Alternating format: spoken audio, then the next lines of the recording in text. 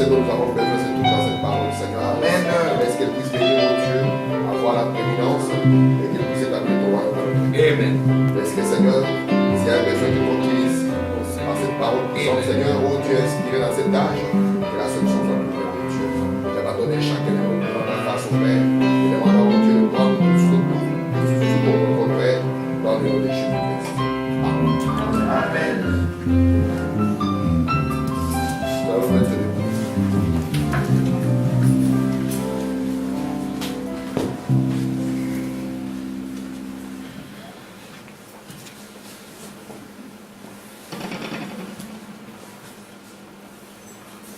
Que le Seigneur vous bénisse. Amen. Nous allons lire Apocalypse chapitre 6. Nous lirons juste le premier et le deuxième verset. Amen. Je regardais dans l'agneau ouvrit un de ses sceaux. J'entendis l'un des quatre intervenants qui disait comme d'une voix de tonnerre, viens. Je regardais et voici paris un cheval blanc. Celui qui le montait avait un arc, une couronne musulée, et partit en vainqueur pour vaincre. Que Dieu ajoute une bénédiction de sa parole.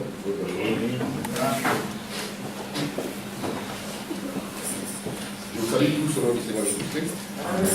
Et je vous remercie pour votre présence afin que nous puissions encore progresser dans notre étude. Amen. Comme vous le savez, nous sommes en train d'étudier le livre d'Apocalypse, mais en rapport avec la venue du Seigneur.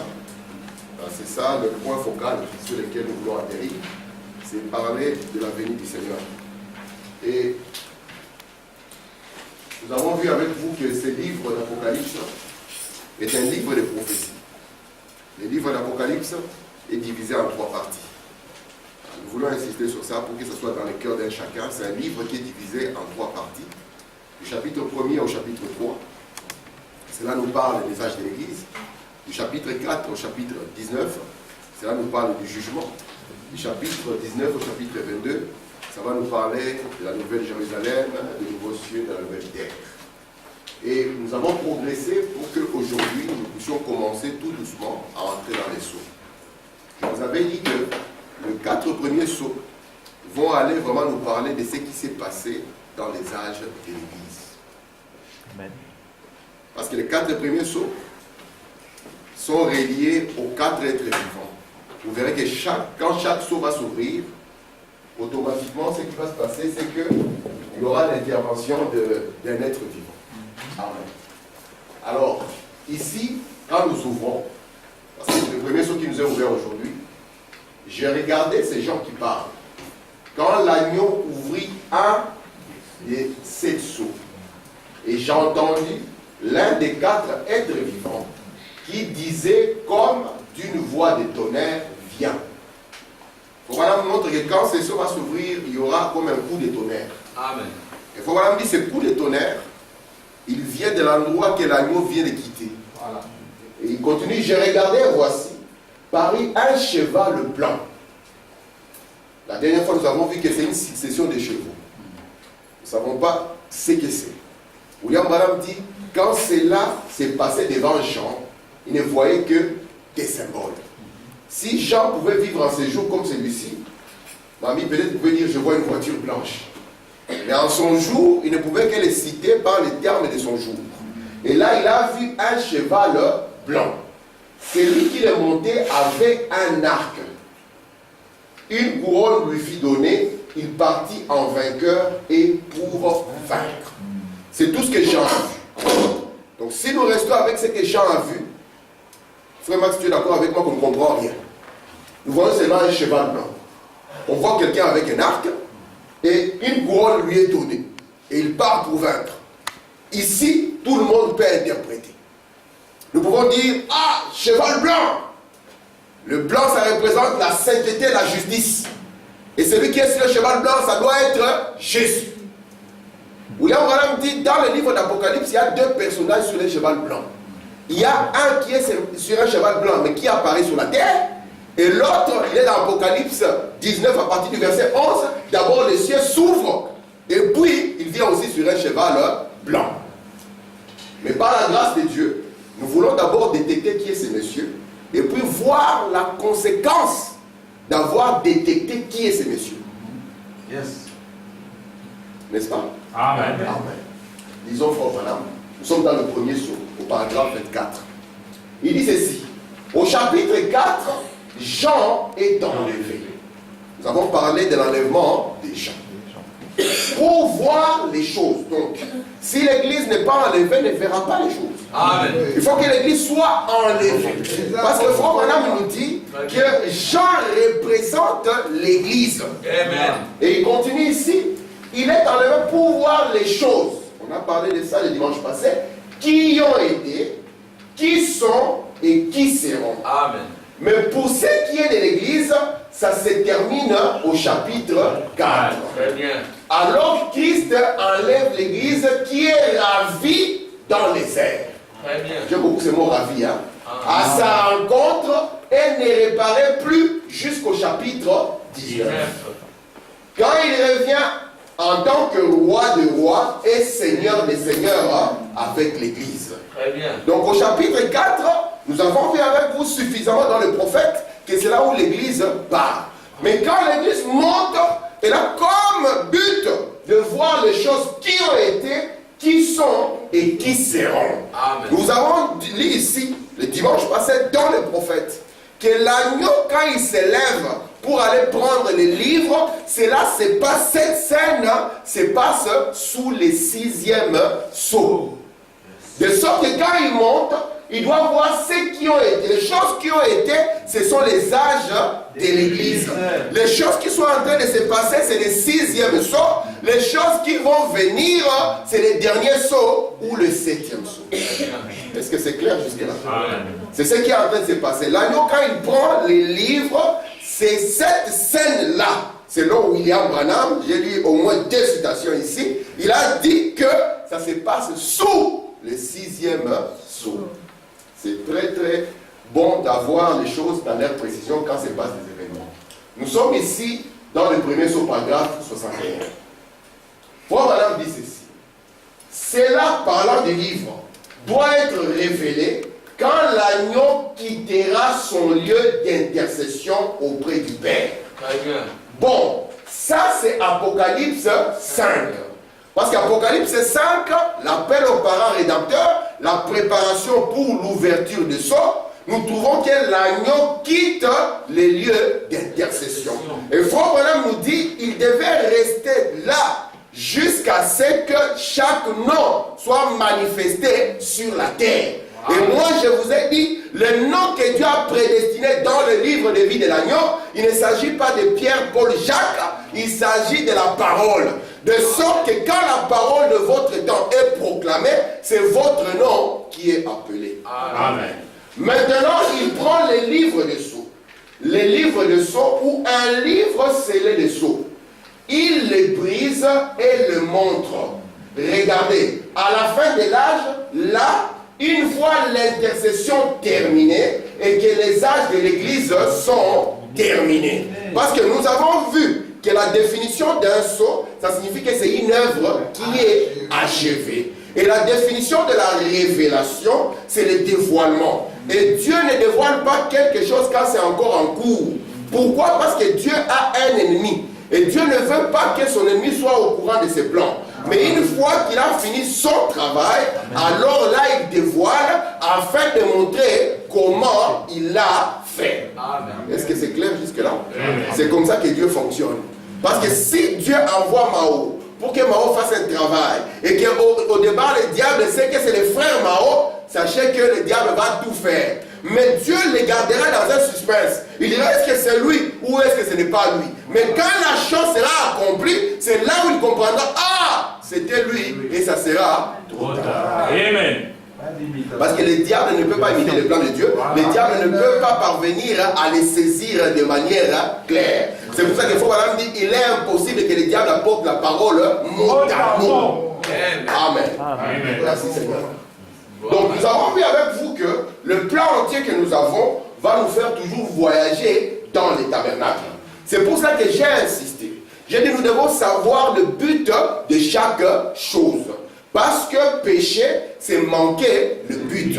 Et quand Jésus est venu sur la terre, quel était le but de sa venue? Parce que Pierre avait voulu manquer ce but-là. Et Jésus l'a traité de Satan. Donc si nous manquons le but de Dieu, pour notre visitation, ça signifie que nous devenons automatiquement Satan. Et Jésus, quand il est venu sur la terre, il a dit, tu n'as voulu ni offrande, ni sacrifice, tu m'as formé un corps. Et j'ai dit que le corps du Seigneur Jésus avait un seul but, celui de monter à la croix et de mourir. C'est pour cela que Frère Branham me dit qu'il était dans la chair inférieure aux anges. D'abord, c'est la Bible. Qui va voir ça? C'est la Bible qui dit qu'il était dans la chair inférieure aux anges. Et il faut aller un peu plus loin. Il dit qu'il y a une différence entre lui et Melchisédek. Parce que là, dans la chair, il avait un début et une fin. Or, nous croyons que Dieu ne naît pas, que Dieu ne meurt pas, que Dieu n'a pas de début, Dieu n'a pas de fin. Mais notre Dieu est quelqu'un qui change de masque. C'est pour cela que Jésus-Christ est le même, hier, aujourd'hui, éternellement, à l'exception du corps physique. Quand vous comprenez ça, ça vous aide. Parce que depuis l'Ancien Testament, c'est Jésus-Christ. Amen. Mais dans quelle forme? C'est pour ça qu'ici sur la terre, il va dire aux gens, je viens du Père et je retourne au Père. En d'autres termes, je vais changer mon rôle d'acteur. Voilà. J'ai joué un rôle ici en tant que fils de l'homme. Maintenant, je vais jouer le nouveau rôle en tant que fils de Dieu. Et là, il quitte la chair. C'est pour ça que Paul vient. Paul aimait le Seigneur plus que nos pharisiens d'aujourd'hui. Et Paul dit, nous ne les connaissons pas selon la chair. Ce n'est pas que Paul ne l'aimait pas. Mais Paul savait que son jet d'acteur n'était pas terminé. Et là, il dit, je retourne au Père. Donc, il quitte la forme de la chair. Il revient à la forme de l'esprit de la colonne de feu. Afin de faire quoi? Afin d'ouvrir cette deuxième partie. Une longue période de temps. Faut même dire que c'est la fête de la Pentecôte. Une longue période de temps. C'est 2000 ans d'histoire que nous allons parcourir ici. Pourquoi? Parce que Jésus avait dit, comme l'éclair, alléluia, part de l'Orient, donc de l'Est, et va jusqu'à l'Ouest. Notre ami, le révérend Moon, ami, tu connais le révérend Moon? Il a voyagé aux États-Unis à cause de cette écriture. Il a dit, c'est l'éclair, il faut que ce soit moi. Comme je suis coréen, je suis né en Corée, je vais descendre vite aux États-Unis et ça sera l'éclair qui part de l'Orient jusqu'à l'Occident. Il a oublié que c'est 2000 ans d'histoire. Parce que Jésus doit faire le même parcours que le soleil. Le soleil se lève à l'est et se couche à l'ouest. Et quand nous arrivons à l'ouest, c'est la fin de la course. Est-ce que vous comprenez cela? Alors il ouvre cette deuxième partie. Et durant cette deuxième partie, c'est ça la rédemption par le sang. Amen. Dieu veut racheter son peuple au travers du sang. Et nous avons dit que le sang dont il est question ici, ce ne sont pas des substances chimiques. C'est-à-dire Jésus, en tant qu'être humain, il avait la même quantité de sang que tout autre être humain. À peu près 5 litres de sang. Et 5 litres de sang ne pourraient pas suffire pour pouvoir asperger tout ce monde ici, depuis qu'il était venu sur la terre. Mais ce qui était important, c'est que quand on parle du sang, on parle de la vie. C'est pour ça qu'il savait que la vie qui était contenue en lui était le Saint-Esprit. Et c'est pour ça qu'il a dit que la cellule du sang doit être brisée afin de libérer le Saint-Esprit. Et ici, Dieu a allumé le chandelier. Vous voyez Jésus, la colonne de feu, venant tabernacler ici, ou bien venant tourner sur son trône. Mais nous avons dit que cette position ici, elle n'est pas éternelle. Parce que l'alliance du sang n'est pas une alliance éternelle. Mais Frère Branham me dit c'est une alliance perpétuelle. Amen. C'est pour ça qu'ici, il ne pouvait pas rester pour toujours. Mais moi, nous avons dit que le trône éternel, c'est le trône du Fils. Amen. Donc maintenant, par la grâce de Dieu, comme nous avons vu que nous ne voulons pas être des aventuriers. Branham a défini ça. Parce que quand tu es un Africain, tu es un aventurier, il peut penser que tu l'as injuré. Mais William Branham dit, si vous n'avez pas les sceaux, vous êtes un aventurier. Voilà. Vous êtes en train de présumer. Alléluia. Donc vous présumez. Yes. Vous vous aventurez sans aucune autorité. C'est comme par exemple, vous voyez que la porte du château de la Ken s'est ouverte. Et vous vous dites, voyons voir ce qui va arriver. Vous avancez. Peut-être que je vais voir les rois. Vous dites, comment vous êtes arrivé ici? Je suis dans l'aventure. Je vois ce qui va arriver. Amen. Mais ici, dans les choses de Dieu, avec les sons, nous pouvons y aller de manière précise. Voilà. Et c'est pour ça que nous voulons prendre cette précision d'abord dans l'histoire. Commencer à montrer, parce que le but des âges, ce n'est pas d'étudier les âges en détail. Peut-être que ça, on y reviendra. Mais montrer dans l'histoire comment les choses sont en train d'avancer. Amen. Donc, il est primordial pour nous, en tant qu'Église, que nous puissions monter. Parce que si nous ne montons pas, nous ne verrons pas les choses qui ont été, les choses qui sont et les choses qui viennent. Amen. Merci Seigneur. Je suis dans le premier saut, je suis au paragraphe 50. Alors le livre est une révélation. Donc une révélation, c'est quelque chose qui est divulgué au sujet de quelque chose. Quelque chose qui a été révélé. Maintenant, remarquez bien, pour ne pas l'oublier, il est scellé jusqu'à quand?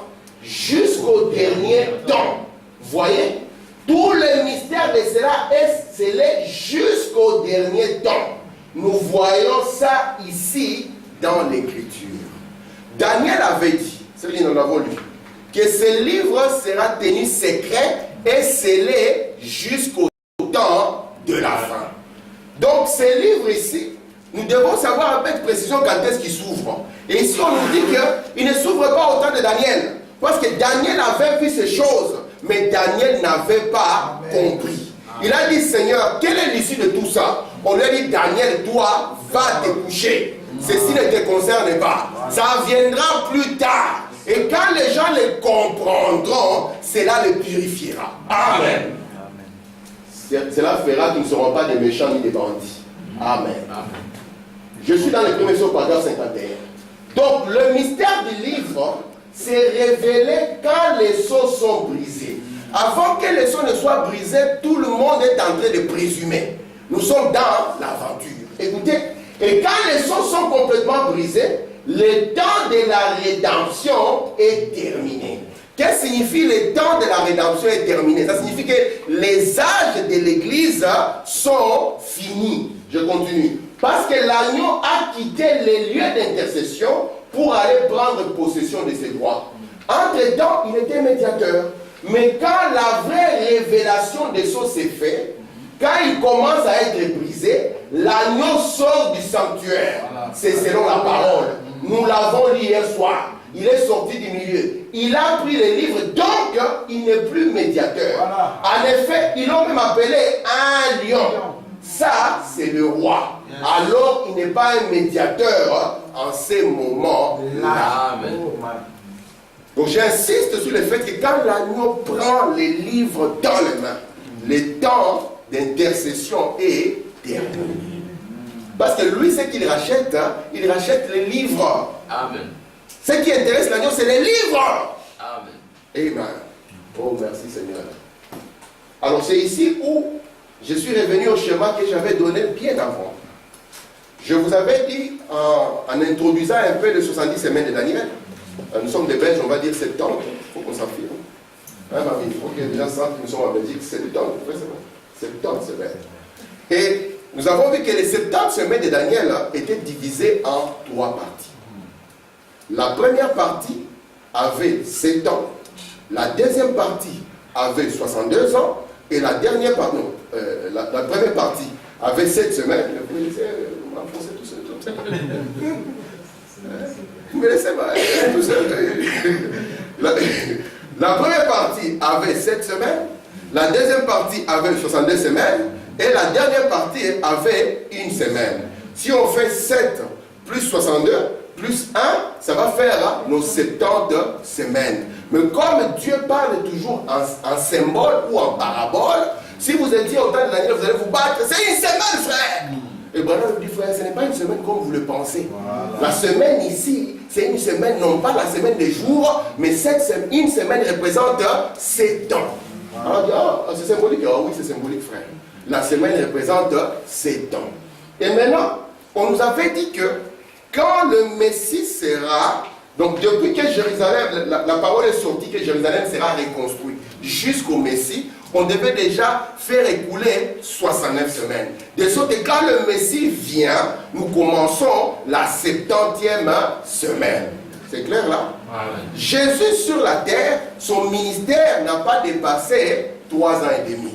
C'est pour ça que Branham, lorsqu'il fait les schémas, il ne met pas ça à l'an 0. Il met jusqu'à l'an 30 parce qu'on a parlé du oin. Et William Branham nous dit, Jésus n'est pas né le oin. Il n'est pas né le Christ, il n'est pas né le Messie. Non. Il est devenu le Messie lorsqu'au baptême de Jean, le Saint-Esprit l'a oint. C'est pour ça que la Bible nous dit que Jésus était oint du Saint-Esprit et il faisait du bien, guérissait les malades. Amen. Est-ce que c'est clair? Amen. Donc quand parce qu'avant on l'appelait Jésus. Et puis on a commencé à appeler Jésus le Messie. Jésus le Christ. Le Christ là, ce n'était pas son poste de nom. Il n'est pas né comme ça sur son acte de naissance. Jésus pose de nom Christ. Non. Il est devenu le Christ quand le Saint-Esprit l'a oint. Amen. Alléluia. C'est Manuela, il dit, c'est quoi cette histoire? Moi je pensais qu'il était né le Christ. Il est devenu le Christ. Alléluia. Parce qu'il fallait que le Saint-Esprit descende sur lui sans mesure, afin que Jean puisse reconnaître, parce que ce n'était pas une affaire de famille. Non. Même si c'était son cousin, ce n'était pas une affaire de famille. Parce qu'il avait dit, je connais les signes. Celui sur qui le Saint-Esprit descendra sans mesure, c'est lui. Que ce soit mon cousin, que ce soit mon petit frère, que ce soit mon père. Si je vois ces signes, je dis, c'est lui. Amen. Et ceux qui n'ont pas l'air, les méchants disent, affaire de famille. Amen. C'est pour ça que nous devons faire attention. Tout n'est pas affaire des familles. Dieu peut être dans l'histoire. Amen. Parce qu'il faut vraiment montrer que les dons traversent la famille. Amen. Même les dons de la prédication peuvent être sur une maman. Mais comme elle ne peut pas prêcher, on n'a pas dit qu'elle n'a pas la capacité de prêcher. Mais on a dit qu'elle ne peut pas prêcher. Est-ce que vous ne pouvez pas porter un pantalon? Si physiquement on vous laisse. Mais vous allez mettre le premier pied, ça va rentrer. Vous mettrez le deuxième, ça va rentrer. Vous allez m'enfiler, ça va tenir. Mais la parole vous dit, vous ne le ferez pas. Amen. Amen. C'est la même chose pour la prédication. Amen. On a dit, cela ne peut pas le faire. Parce qu'à chaque fois qu'une femme enseigne, écoutez-moi très bien, elle enseigne la voie de la désobéissance. Amen. Alors Dieu lui a dit, non, tu ne parles pas. Le 7e jour. Merci Seigneur. Alors ici, après les 3 ans et demi, Jésus est venu. Jésus n'est pas venu pour tout le monde, pour le mouvement de Pâques. Jésus est venu pour les brebis perdues de la maison d'Israël. D'ailleurs, si vous tombez sur un musulman bien affermi, il va vous le démontrer. Il va te dire, mon cher, tu as hâte d'attendre longtemps. Jésus n'est pas venu pour toi. Un bon musulman affermi te dira non. Quand tu lui diras, oui, ce que tu dis, c'est une partie de la vérité. Mais ce n'est pas toute la vérité. Au début, quand il est venu, il n'est pas venu pour nous. Parce que nous étions des chiens. Il a dit qu'on ne donne pas la nourriture des enfants aux chiens. Mais nous étions des chiens. Nous avons dit que les miettes tombent quand même. On ne s'est pas révolté. On n'a pas dit c'est quoi ça, c'est quel pasteur qui parle comme ça. On a dit les miettes tombent quand même. Alors là, quand il a vu que ceux pour qui il est venu ne l'ont pas reçu, alors il devait ouvrir une brèche pour que les autres là, les bandits, tout ça, puissent aussi avoir une chance. C'est pour ça que la Bible dit, elle est venue chez les siens et les siens ne l'ont pas reçu. Mais à tous ceux qui l'ont reçu, à ceux qui ont cru en son nom, elle a donné le pouvoir de devenir enfants de Dieu, lesquels sont nés de la volonté du pasteur. De la volonté de l'église. Non, lesquels sont nés ni de la chair, donc aucune volonté de la chair, mais ils sont nés de Dieu. Amen. Alors c'est pour ça que nous allons avoir maintenant cette période de temps, les 2000 ans d'histoire, où les gens qui n'avaient pas accès à Dieu auront aussi droit d'avoir accès à Dieu. Frère Branham me dit, la personne qui a ouvert la porte pour les nations, c'est Pierre. Vous le savez, c'est lui qui a ouvert la porte. C'est Pierre qui a ouvert. Dieu a montré une vision à Pierre. Et Pierre est parti chez Corneille. Et puis là, le Saint-Esprit est descendu. Où là, madame dit, mais Pierre n'était pas l'apôtre des gentils. Mais lui, il a ouvert la porte pour les autres. Et il a dit, ce que Dieu lui a dit, ce que j'appelle pur, tu ne peux pas l'appeler impur. À partir de là, personne ne peut oser nous dire impur. D'abord, quand nous voyons même un juif comme ça en cours de route, nous pouvons lui dire, mon ami, tu ne connais pas ces choses. Parce que le véritable juif, ce n'est pas le juif de l'extérieur. Amen. Il faut vraiment dire, tout Israël n'est pas Israël. Mais il faut vraiment pas plus loin, il dit, ne faites jamais les affaires avec un juif. Vous allez vous retrouver à la paille comme le Congo. Le Congo a dit, ah, béni soit celui qui bénit Israël. Dan, viens ici, on va travailler avec toi. Le Congo est par terre. On peut regarder comme ça dans les comptes. On appelle le frère Hamas. Cherche le compte de la Gétamine. 700 millions perdus. Ici en Belgique, si vous voulez 700 millions, vous êtes un homme politique, c'est fini pour vous. Mais au Congo, 700 millions disparus. Dans un pays qui n'a que 4 à 5 milliards de budget. Donc on a volé les 1/6 du budget. Oh mon Dieu. Les réalités terribles. Maintenant, durant cette période, l'agneau est sur le trône. Amen. Parce que l'agneau, lorsque nous parlons de l'agneau, William Branham dit qu'il s'agit de Christ et de son Église. J'aime le sourire de la sœur Linda. Elle a dit, oh, je croyais que c'était Jésus seul. Nous ne sommes pas des Jésus seuls ici. Non. Amen. Alléluia. Parce que nous avons dit c'est un agneau à cette corde. Voilà. Là, ça a troublé tout le monde. L'agneau du 14e jour, c'était parfait. Parce que Jésus, lorsqu'il finit le travail dans la chair, son travail n'est pas terminé. Le but du sang était de pouvoir purifier le peuple afin qu'il puisse utiliser les vases là et continuer son travail. C'est pour ça que nous avons dit qu'il n'y avait qu'un seul médiateur entre Dieu et les hommes, à savoir Jésus-Christ homme. Jésus-Christ homme, c'est celui qui sort avec le sang. Et il s'agit du messager. Si vous rejetez le messager, vous avez rejeté le Seigneur Jésus. Ne faites pas d'illusion. Très bien. Au temps de Paul, si vous rejetez, oh moi j'aime Jésus, il est mort pour moi, Paul, tu n'as rien à dire. Tu as rejeté Jésus il y a longtemps. Et tu es exclu de l'économie de Dieu. Amen. Et c'est ce que nous voyons aujourd'hui. Amen. Continuons. Nous sommes dans le premier saut. Paragraphe 41. Le temps est en train de filer. Hein. Je ne savais pas, non. J'ai horreur d'être très long. Donc, c'est le premier saut. C'est lui que nous allons essayer par la grâce de Dieu d'expliquer ce soir. Le mieux possible. Parce que les choses de Dieu sont des choses surnaturelles.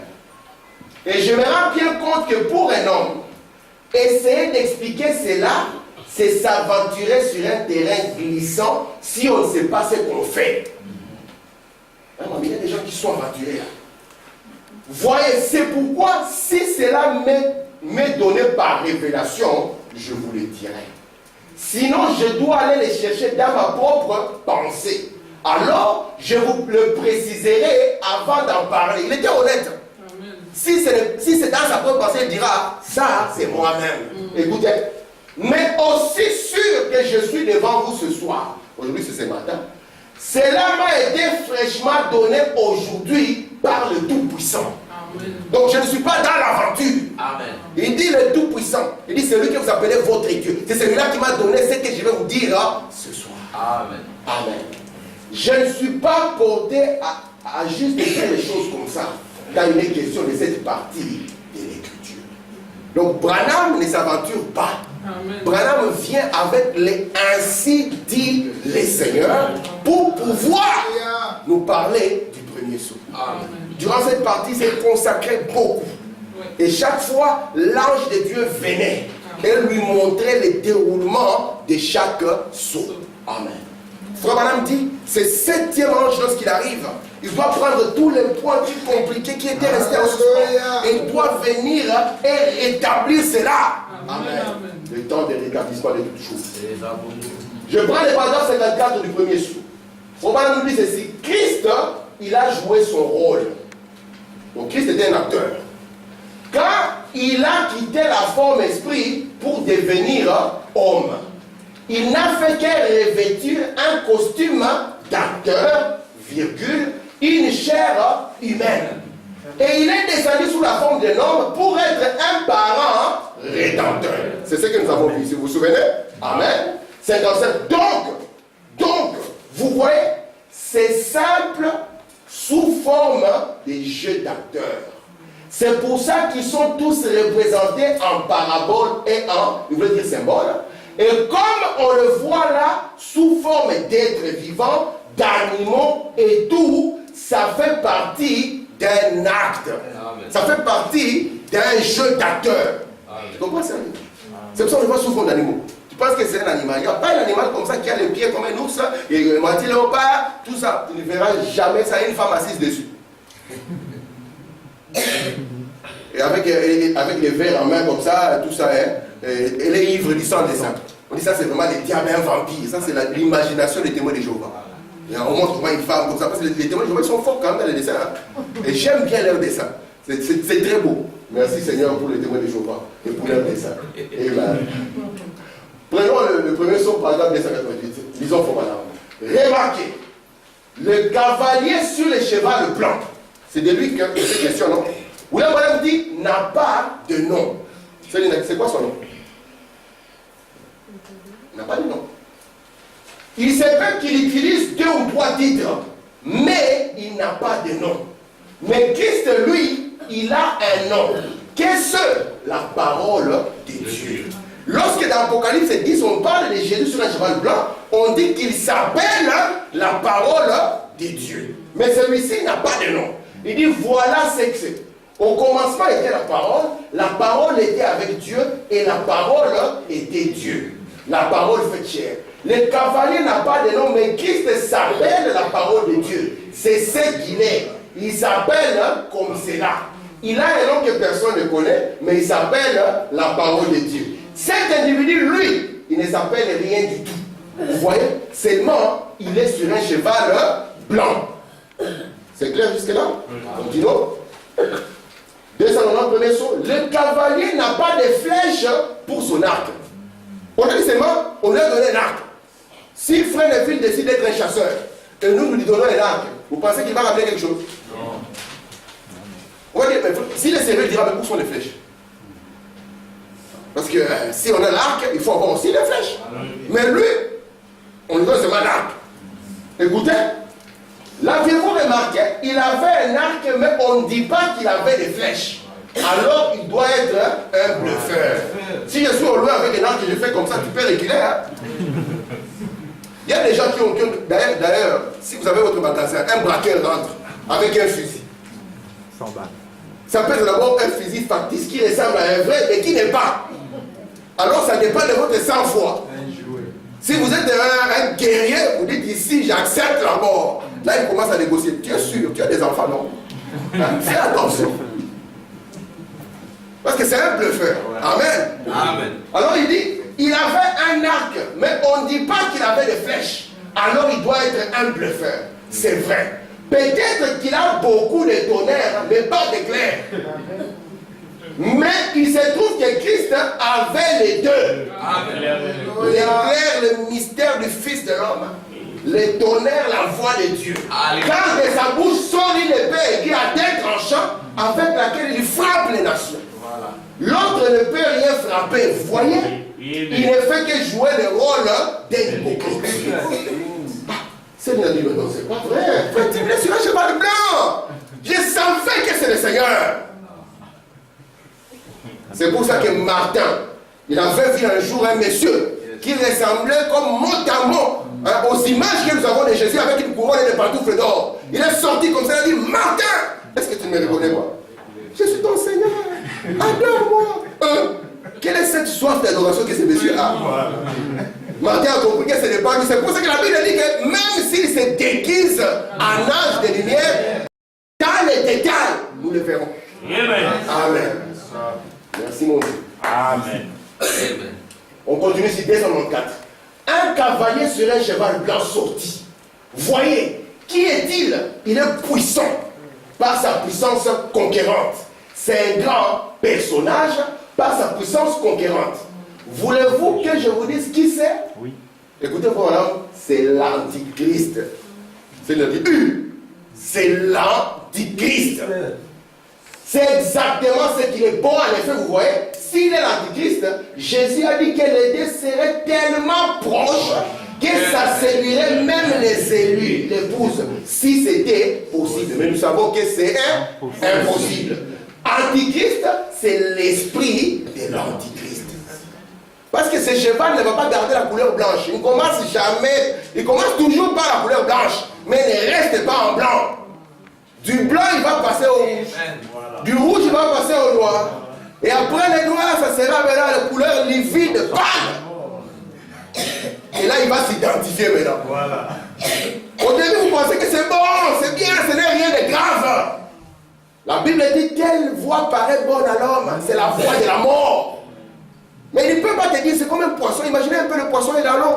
Vous jetez votre ligne et vous dites au poisson, moi le frère Samuel, on va te bouffer à midi. Le poisson dira, non, je ne viens pas au rendez-vous. Hein.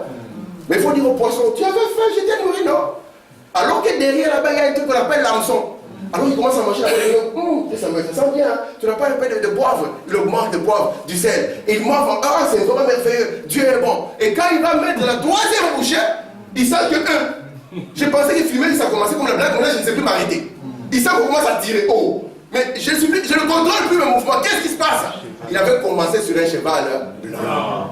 C'est pour ça que vous devez détecter ces messieurs. Il viendra toujours d'une manière simple et innocente. Mais si les yeux de l'aigle sont là, Branham a percé la nuit, ce n'est pas Christ. Lorsque Branham voulait prêcher sur ça, il a dit comme tout bon prédicateur, écoutons ce que les autres ont dit, pour ne pas être toujours différents. Alors disons, Larkins, qu'est-ce que tu dis? Larkins dit, ouais, c'est Christ. Et toi là, Charles, qu'est-ce que tu parles? Ouais, c'est Christ. Branham dit, ouais, Église, c'est Christ. Parce qu'un prophète ne parle pas de lui-même. Il doit dire ce qu'un autre a dit. Et l'autre est là, est venu lui dire, non, Branham, ce n'est pas Christ. Tant que Branham dit que c'est Christ, nous disons, c'est Christ. Et nous sommes dans la volonté de Dieu. Branham, là, il revient avec, non, ce n'est pas Christ. Nous nous révélons vite. Ah non! On n'a pas bien regardé. C'est l'antichrist. Amen. Parce que les deux sont très proches. Merci Seigneur. Un jour, il y avait un débat entre les musulmans et les chrétiens. Et dans le groupe des chrétiens, il y avait un frère du message. Le musulman lui a dit, mon ami, tu sais très bien que Branham a dit que l'islam, ce n'est pas ça l'antichrist. Et c'est vrai. Il dit, mon ami, tu sais très bien que Branham a dit, il a dit ça, le musulman, tu sais très bien que Branham a dit que ce n'est pas l'islam qui est l'antichrist. Si vous regardez l'islam pour chercher l'antichrist comme le monde occidental veut le faire, vous allez rester dans la confusion avec eux. Alors que l'antichrist est installé. Gloire à Dieu. Ils ont fait madame. Prenez sur 227. Celle me dit avec ces gens du message, je ne sais pas jusqu'où ils vont me bénir. Oh Seigneur. Regardez, il part pour vaincre. Lorsque le cavalier sort, on n'a pas dit qu'il était couronné. On dit qu'une couronne lui a été donnée. Paul dit, il n'a pas de couronne. C'est du cavalier au cheval blanc que je parle. Le voyez-vous? Un arc et une couronne lui furent donnés après. Il est d'abord sorti et puis on le lui a donné. Tandis que Jésus, quand il apparaît, il est couronné. Écoutez, voyez, il n'avait pas de couronne pour commencer, mais une couronne lui a été donnée. Oh, merveilleux. Remarquez plus tard, une couronne lui a été donnée. Oui, même 3 en une. Ils ont formé une triple couronne pour lui. On continue. C'est arrivé 300 ans plus tard. Quel chevauché. Écoutez, au concile de Nicée, alors qu'il avait commencé comme esprit nicolaïsme. Si tu lis dans les reproches de l'église d'Éphèse, c'est que j'ai contre toi. Vous voyez ça? Amen. Tu vas voir là-bas, son amour diminuant, c'est que le nicolaïsme commençait déjà à prendre l'église. On continue. A formé une organisation parmi le peuple. Ça s'est poursuivi, ça a continué, c'est devenu un dire. Ensuite, c'est devenu une doctrine. Ça a commencé d'abord comme un esprit, une pensée. Ça a commencé à foncer. Comme un fumeur le premier jour, quand il essaie de sortir la fumée par le nez, il tousse. C'est dur. Et puis on lui dit, persévère frère. Son ami fumeur lui dit, persévère. Vous avez déjà vu la solidarité dans la communauté des fumeurs? Tu arrives comme ça. Même pas de bonjour. Ça monte. Ça c'est pour toi frère, bénédiction. Il me dit, persévère. Et quand il persévère, ce qui avait commencé va devenir à lui une doctrine. Il faut vraiment dire doctrine, c'est un passage obligé. Il est comme ça au boulot et il s'en va. Pas ça, obligé. Ah non, je ne tiens plus. J'avais un collègue comme ça, il a dit, j'arrête aujourd'hui. Il a mis les patchs nicotine. Alors on a vu l'homme commencer à bouillir. Ça va? 9h, 10h, 11h, il était dehors, il avait arraché les patchs. Ah, gloire à Dieu. Je me retrouve, Seigneur. J'allais étouffer. On continue. Premier son paragraphe 301. Le nicolaïsme, vous voyez. L'antichrist, quand finalement il s'incarne dans un homme, c'est là qu'il est couronné. Amen. Je continue. Quand il prend le départ comme esprit nicolaïsme dans l'église, c'est un esprit. On ne peut pas couronner un esprit. Si on vous parle que Jésus est couronné, donc ce n'est pas un esprit. Mais 300 ans plus tard, il est devenu qui? Un pape. Alors, ils l'ont couronné. Au départ, il n'avait pas de couronne. Quand on dit que Pierre était le premier pape, il était couronné. Jamais. On continue. Mais plus tard, il a eu une couronne, vous voyez, quand cet esprit s'est incarné. Ça s'est incarné. Vous voyez, il est devenu un homme. La doctrine nicolaïte est devenue un homme. C'est pour ça que nous disons que la papauté, ce n'est pas seulement un homme, c'est des esprits. Tu peux devenir un vrai pape. Amen. Le nicolaïsme incarné. Et tu es couronné. Tu vas avoir ta triple couronne. On dit, j'ai moi-même vu dans les 4e siècle cette couronne. Je me suis tenu là, tout près comme ça. Je l'ai regardée. Je n'ai pas pu la toucher à cause de la vitre. Elle était donc là dans une vitrine bien fermée à clé. La triple couronne. Alors, je sais que c'est la vérité. Il était donc là, une triple couronne, vicaire sur le ciel, sur le purgatoire et sur la terre. Et sur la triple couronne, c'était écrit Vicarius Filii Dei. Tout le monde imite aujourd'hui. Hein? C'est Branham qui était le seul à sortir, à dire je suis l'homme qui a la sagesse dont la Bible avait parlé. Et voici maintenant le nombre de la bête Vicarius Filii Dei. Et là, vous nous endormir, il a dit je deviens Dux. Dux quoi? Dux Claris. La même chose. La même intelligence a continué. On a dit, monsieur, tu veux changer les chevauchés, mais c'est toujours hein, le même esprit. Il est le remplaçant du Fils de Dieu. Au ciel, il a remplacé Jésus. Sur la terre, il a remplacé. Et il a créé un truc à lui qu'on appelle le purgatoire. Amen. Nous croyons que le purgatoire, c'est ici maintenant. Merci Seigneur. Je suis dans le premier son paragraphe 84, je me dirige vers la fin. Je pensais donner plus. Oh, ça c'est merveilleux. Regardez maintenant, nous savons qui il est, non? Amen.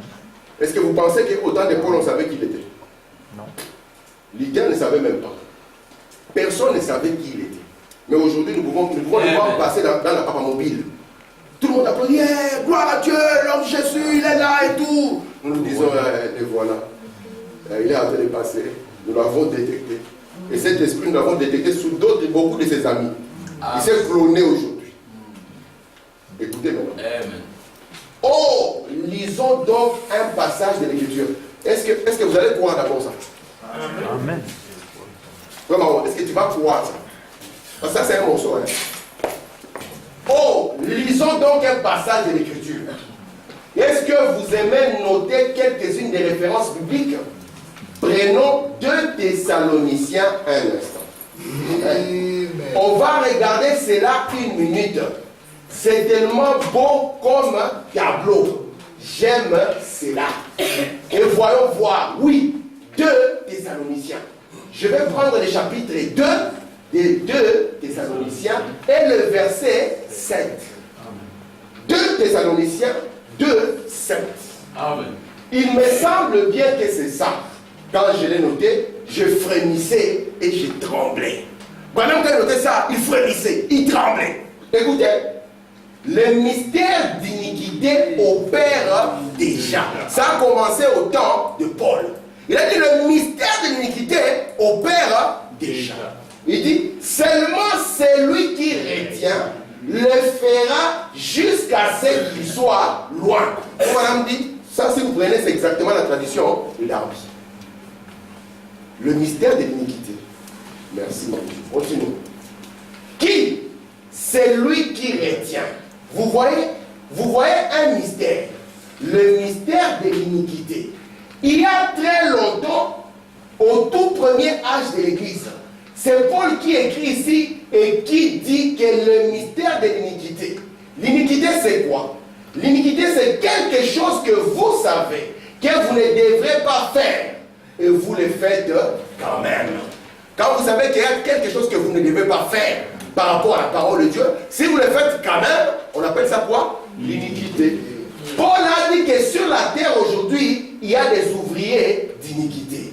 On arrive à, lisons donc cette partie, un instant, en commençant un peu plus haut, verset 3. Que personne ne vous séduise en aucune manière, car ce jour-là ne viendra pas que l'apostasie ne soit arrivée auparavant. Au temps de Paul, l'apostasie n'était pas encore arrivée. Donc ce jour-là ne peut pas être là. Écoutez, et que l'homme du péché, tu vois, il s'assoit dans les temples pour se faire appeler lui-même Dieu. L'homme du péché n'a été révélé le fils de la perdition, qui s'oppose et s'élève contre tout ce qui est appelé Dieu ou qui est un objet de vénération, en sorte que lui-même s'assiera au temple de Dieu, se présentant lui-même comme étant Dieu, remettant le péché. Mais nous avons lu ici, nous avons écouté de notre propre voix, dans la ligne de prière, le vendredi. Une sœur venir et une voix lui dire, tes péchés te sont pardonnés. Alléluia. Reste là, on a reculé. Alors il a dit, va et ne pêche plus. Nous avons compris que c'est un langage d'il y a 2000 ans. Amen. Le même esprit. Mais celui-ci, par quelle autorité? Il vient dire aux gens, écoute, pour que tes péchés soient pardonnés, va prononcer 3, je vous salue Marie, et 2, notre Père. Et tu vas dans un coin, tu dis 3, notre Père, 2, je vous salue Marie, on te dit, tes péchés te sont pardonnés. Paul dit, c'est présentant lui-même comme Dieu remettant le péché. Ne vous souvenez-vous pas, quand j'étais auprès de vous, je vous disais ces choses, que le mystère de l'iniquité avait commencé. Continuons. Merci. J'aurais aimé être assis là, c'est faux madame, à écouter quelques-uns de ses enseignements. Pas vous. Amen. Et maintenant, vous savez ce qui les retient, afin qu'il soit révélé en son propre temps. Il doit être révélé en son propre temps. Je continue. Pas en ces temps-là. Voyez-vous? Pas en ces temps-là, pas en son temps. Vous voyez? À l'ouverture de quoi? De ces sceaux, nous allions savoir exactement ce qu'il en était, qui est cet homme d'iniquité, qui est cet homme de péché, cet individu qui commet l'iniquité, mais il doit être révélé en son temps. Car le mystère de l'iniquité opère déjà. Ces imposteurs, vous voyez, qui usent de moyens de séduction pour égarer les gens, vous voyez. Seulement c'est lui, entre parenthèses, c'est Dieu, qui retient. Il le fera jusqu'à ce qu'il, l'Église Christ, l'épouse, soit loin. Alors sera révélé l'inique. À l'ouverture du sceau, c'est ça, en son temps, à l'ouverture du sceau, virgule, en son temps, Paul a dit, pas de mon temps, mais au temps où il sera révélé. Que le Seigneur Jésus consumera par l'esprit de sa bouche. Écoutez la conséquence, elle est là. Quelle déclaration! Une fois l'épouse enlevée, c'est là que cet homme de péché va se révéler. Amen. C'est au-delà du 4e psaume. Qui peut croire ça? Amen. Je répète, c'est le prophète. Une fois l'épouse enlevée, parce qu'en son temps, c'est quand, voilà ma propriété, à l'ouverture du sceau, en son temps, là encore, à l'ouverture de ce sceau, nous allons savoir exactement ce qu'il en était. Et ici, une fois l'épouse enlevée, c'est là que cet homme de péché va se révéler. Elle, la vraie épouse de Christ, elle a été élue et tirée de chaque âge de l'Église. Maintenant, l'autre jour, j'ai déclaré que l'épouse pourrait rentrer à la maison et qu'on n'en ait même pas connaissance. Amen. Frère. Quand Branham écrivait ça, il tremblait. Il Amen. frémissait. Il connaissait la cause. Il savait que l'ouverture de son ne vient pas avant que l'enlèvement ne puisse avoir lieu. Parce que l'enlèvement, c'est le chapitre 4. Chapitre 5, l'appel aux parents rédempteurs. Chapitre 6, le sceau est révélé. Vous voyez? Et quand le sceau nous est proclamé, nous pouvons savoir avec précision qui est l'homme du péché, qui a commencé là-bas sa chevauchée jusqu'à ce qu'il soit couronné avec une triple couronne. Nous l'identifions, c'est lui. Comment le savez-vous? Martin le savait? Non. Mais en son temps, au temps, j'ai introduit ma dernière pensée pour terminer. Nous avons montré ce que l'homme du péché, n'est-ce pas? Nous avons montré ce que c'est cavalier. Mais j'aimerais, par la grâce de Dieu, commencer à parler des étoiles. Comment est-ce que Branham a eu l'audace, m'a mis de placer les dents, de couper les dents, de placer ces gens? Où est-ce qu'il a tiré ça? Frère Branham dit ceci. Comme cette étude allait être l'étude la plus sérieuse, je suis dans l'exposé, à la page 36. J'ai jamais entrepris jusqu'à présent. J'ai cherché Dieu pendant des jours pour qu'il m'accorde l'inspiration du Saint-Esprit. Ce n'est qu'ensuite que j'ai lu les passages bibliques qui traitent des âges de l'Église et que je me suis plongé dans les nombreux livres d'histoire de l'Église écrits par les historiens les plus objectifs que j'ai pu trouver. Madame ne voulait pas des historiens mon papistes. Parce qu'un homme qui est sérieux ne change pas l'histoire. On ne dit pas qu'on a tué un léopard avec la lance parce qu'on est devenu président. C'est vrai, non? Et on fait des bandes dessinées comme ça pour les enfants. Parce qu'aux États-Unis, ils en avaient un comme ça qui avait tué un ours avec un couteau à 3 ans. Et nous aussi, au Congo, nous avions un autre avec un chapeau d'acheté. On a déjà tué le léopard quand il était enfant. On ne change pas l'histoire. Il faut vraiment partir chercher des historiens objectifs. On a des présidents aujourd'hui, ils sont incapables de donner leur vie. Ils cachent la vie. Si tu étais chauffeur, dis j'étais chauffeur. Ouais. Voilà. Mais ici, non, mais je vous dis, ici il n'y a aucun autre à ça. Ronald Reagan, il était acteur de cinéma. Il est devenu président. Donc si tu étais taximan, j'étais courageux. Au lieu d'être à la maison, je faisais mon taxi. Et aujourd'hui, je suis président. Mais il y a des gens qui transforment l'histoire. Ils veulent devenir des sous-hommes. Tu es né comment? Je suis descendu du ciel. Et ici, Branham, il a prié longtemps. Il a pris la Bible et il a pris l'histoire. Parce que l'histoire, quand elle est donnée de manière objective, on dira, frère Gilo, nous le connaissons, nous connaissons son père, nous connaissons, c'est tout. Amen. Même s'ils sont de la plus petite case, on dira, oui, c'est là où il a commencé. Et si c'est un homme sérieux, il dira, voici là où j'ai commencé. Amen. Si vous prenez une grande entreprise comme Apple, il peut vous montrer les premiers ordinateurs sur lesquels ils ont commencé. Il dit, mais chez nous, on dira, non, je suis né grand. Vous jouez avec moi, je suis né grand. Et puis, dans ta folie, tu oublies, tu publies des photos où tu es pieds nus. On comprend que cet homme est en train de falsifier l'histoire. Mais Branham a voulu prendre l'histoire qui n'est pas falsifiée. Afin de voir ce qui s'est passé au cours du temps. Écoutez, Branham, rapidement. Ces 7 églises situées en Asie mineure possédaient à cette époque reculée certaines caractéristiques qui sont devenues le fruit mûr des âges suivants. Donc ce qui s'est passé dans les 7 églises d'Asie mineure allait grandir et se refléter au cours des 2000 ans d'histoire. Est-ce que vous comprenez ça? Oh, merci Seigneur. Je voulais dire quelque chose, mais je crois que je vais m'arrêter. Ok. Je donne juste quelque chose ici. Je donne ceci. Ça, c'est les schémas sur lesquels nous allons encore repartir. Vous voyez ça? Branham prend l'audace, il place ici un monsieur qu'on appelle Paul. Il dit c'est lui le messager de l'âge d'Éphèse. Branham dit que l'âge d'Éphèse commence en 53 et finit en 170. Comment il se fait? Faut-il parce que ça aussi c'est la Bible vraiment. Moi j'avais quelqu'un, toi était dans la Bible. Hier on parlait avec un homme. On dit frère, tu sais que Branham a dit que Moïse a prêché pendant 120 ans et que Noé a prêché pendant 120 ans. Il dit maintenant, ok, toi tu es un juif, moi je suis un chrétien.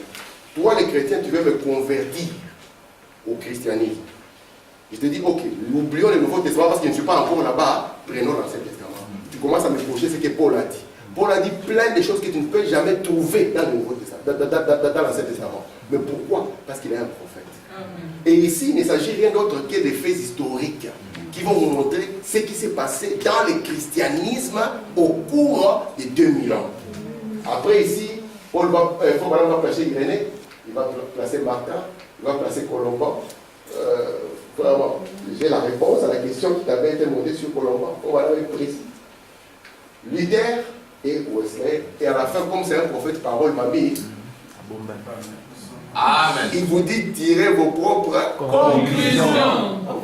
Si la sœur Lina ou la sœur Judith dit ah frère, tu avais dit que dans l'écriture les questions de moi, c'est moi, tu n'as qu'à te mettre toi-même si tu sens que c'est toi.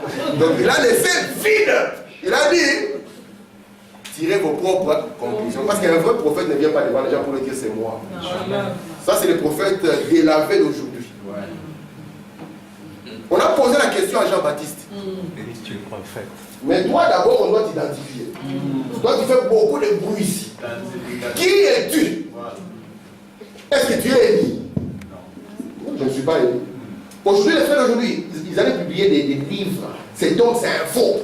Il a menti. Mais un prophète, on le détecte par ses caractéristiques.